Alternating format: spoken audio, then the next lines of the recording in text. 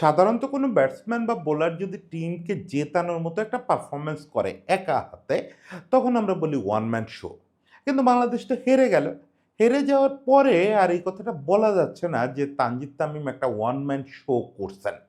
এটা আসলে বলার সুযোগ দিল না তাকে তার টিমমেটরা। এত নৃশংসভাবে তারা তাকে অসহযোগিতা করলো যে আসলে এই ছেলেটা পরাজিত দলে থেকে গেল। দেখেন মানে শুধু স্ট্যাটিস্টিক্যালি যদি দেখেন, সে ৬২ বলে ৮৯ রানের একটা ইনিংস খেলছে।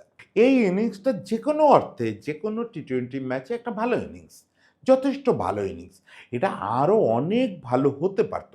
আগে শুধু দেখেন যে সে ১৪০ স্ট্রাইক রেটে ইনিংসটা করছে এবং সে তো ৬২ টা বল খেলছে। মানে ওপেন করতে নেমে ৬২ টা বল খেলছে। তাহলে বাকি থাকে কতগুলো বল?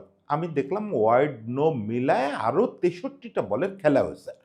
এই ৬৩ বলে বাংলাদেশের বাকি ব্যাটসম্যানরা কত রান করছে জানেন? ৬২ রান করছে। মানে সেখানে বাকি সবার মিলে এভারেজ স্ট্রাইক রেট ১০০ র কম। মানে তামিম ছাড়া আর মাত্র ৩ জন ব্যাটসম্যান ১০০ পার হওয়া স্ট্রাইক রেটে ব্যাট করছে। তার মধ্যে একজন শুধু সাইড ব্যাটসম্যান, বাকি দুজনই বোলার। মানে আমরা ব্যাটসম্যানদের কাছ থেকে কোনো সার্ভিস পাই নাই ইয়েকে সাপোর্ট দেওয়ার জন্য, তানজিদ তামিমকে সাপোর্ট দেওয়ার জন্য। সেটা আপনি স্কোর বোর্ড বা খেলাটা যদি আপনি বিশ্ববার ধরে ফলো করেন তাহলেই বুঝতে পারবেন। প্রথমত তানজিদ তামিম যখন একপাশ থেকে হিট করা শুরু করছে, হার্ড হিট করতেছে, তখন তাকে হতাশ করছে ইমন দ্রুত আউট হয়ে যায় এবং সেই আউট হয়ে যাওয়ার আগে সে যে বেশ রান করে যাবে সেটাও করতে পারে নাই। তারপরে লিটন এসে একদম বক ডাউন করছে। তারপরে আবার উইকেটটা বিলায় দিয়ে আসছে। মানে এই অবস্থায় তানজিদ তামিমের পক্ষে ফ্লো ধরে রাখা খুবই কঠিন ছিল।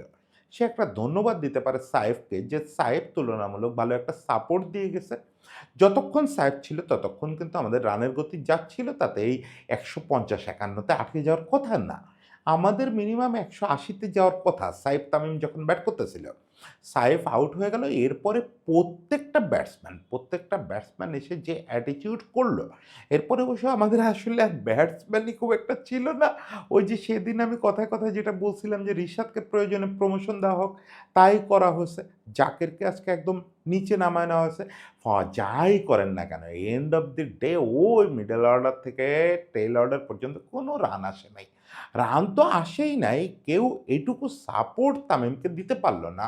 মানে বাকিদের রান করতে হতো না। বাকিদের অনেক স্ট্রাইক রেটে অনেক রান করতে হতো না। তারা শুধু যদি এটুকু নিশ্চিত করতেন যে আমি 100 স্ট্রাইক রেটে খেলবো। ১টা ২টো বলই খেলবো ওভারে। বাকিটা তামিমকে দেব যে তুই মার। সেই সুবিধাটাই তামিম পায় নাই। তামিম দেখছে যে সে একটা ছক্কা মারতেছে।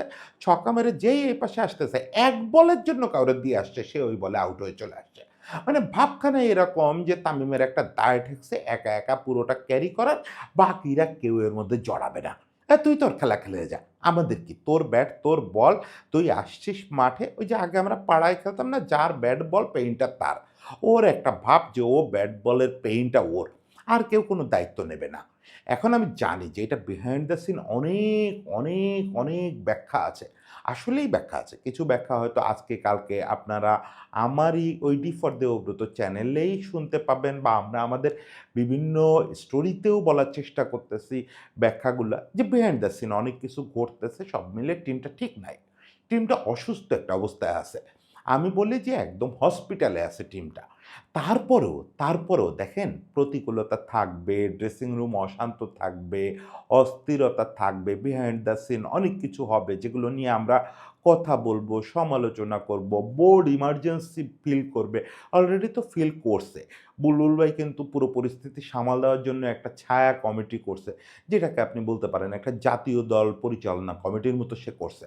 সেখানে সে নিজে প্রধান, ফারুক ভাইরে সম্ভবত ভাইস প্রেসিডেন্ট করছে, সঙ্গে পাইলট ভাই আছে, আরও কে যেন আছে, রাজ আছে। সবাই মিলে সামলানোর চেষ্টা করতেছে পরিস্থিতিটা। সবই হবে, সবই হবে, হয়তো ঠিক হবে পরিস্থিতি। কিন্তু যতক্ষণ আপনি মাঠে আছেন রে ভাই, আপনি যখন ওই বাউন্ডারিটা ক্রস করে ভেতরে যান, রেসপন্সিবিলিটিটা এন্ড অফ দ্য ডে আপনারই। ভিতরে অনেক কিছুর অভিযোগ আপনি করতে পারবেন। যারা কোনোদিন কোনো প্র্যাকটিস ফ্যাসিলিটিস ছাড়া আমাদের এখানে ক্রিকেট খেলছে, তাদেরও তো অনেক অভিযোগ করার ছিল। কিন্তু যখন তারা ওই যে বাউন্ডারি লাইনটা ক্রস করে আপনি যখন ভিতরে ঢোকেন না, কেউ মাটিতে সালাম করে ঢোকে, কেউ এমনিতে হেঁটে ঢোকে। ওই ঢোকার পরে আসলে এইসব জিনিস মাথা থেকে ঝেড়ে ফেলে নিজের দায়িত্বটা পালন করতে হয়। সেটা না করলে তো খুব মুশকিল, খুব মুশকিল। কারণ পুরোপুরি সবসময় আপনি একদম ওই যে 5 স্টার স্ট্যান্ডার্ড এর সুযোগ সুবিধা এবং প্রশান্তিময় একটা ড্রেসিং রুম এটা সবসময় পাবেন না। জীবনে নানা রকম উত্থান-পতন যেরকম থাকে, ক্রিকেট দলেও এটা থাকে, সব দলে থাকে। ড্রেসিং রুম অশান্ত হবে, নানা কিছু হবে। এর মধ্যে পারফরম্যান্সটা করতে হবে। এট লিস্ট কেউ পারফর্ম করতে লাগলে তাকে একটু সাপোর্ট করতে হবে। আজকে আমরা যেটা দেখলাম, বোলাররা পরে কেন ১৫১ ডিফেন্ড করতে পারে নাই, এটা নিয়ে আমি কথা বলতে রাজি না। কারণ তারা দিনের পর দিন এই কাজ করে দিচ্ছে, আজকে একদিন পারে নাই। এটা নিয়ে যদি কেউ আলাপ করতে চান, আমি এটাতে আলাপেই যাইতে রাজি না। কিন্তু আজকে একটা ব্যাটসম্যান অন্তত এই দায়িত্ব নেওয়া উচিত ছিল যে তামিম যেহেতু হিট করতেছে, তাহলে আমি একটা প্রান্তে তামিমকে একটু সাপোর্ট করে যাই। অন্তত ১৫, ১৬, ১৭ ওভার পর্যন্ত এই সাপোর্টটা যদি করা যেত, ও যদি নিশ্চিন্তে ব্যাট করতে পারত। ও তো ১৭ ওভার পর্যন্তই উইকেটে ছিল নাকি ১৮ ওভার পর্যন্ত। ওই সময়টা পর্যন্ত ও যদি একটু ফ্রি মাইন্ডে খেলতে পারত যে ওই পাশ থেকে উইকেট পড়তেছে না, অত বিপদ হচ্ছে না, তাহলে ওরও ৬২ বলে রানটা ৮৯ থাকতো না। ও ৬২ বলে সেঞ্চুরি মেরে দিত। এই বুঝটা আমাদের যে কবে আসবে যে একটা ছেলে যখন ভালো খেলতেছে ওকে ভালো খেলার একটু জায়গা দেওয়া। আমি নিজে এত অস্থিরতা না দেখাই। যাক, সমালোচনা কম করি কারণ অনেক কিছু ঘটতেছে। আশা করি ঘটাগুলো বন্ধ হবে। আপনারা ব্যাটসম্যানরাও একটু হালে পানি ফিরে পাবেন। সেরকম একটা সময়ের অপেক্ষায় থাকলাম। সবাইকে শুভেচ্ছা।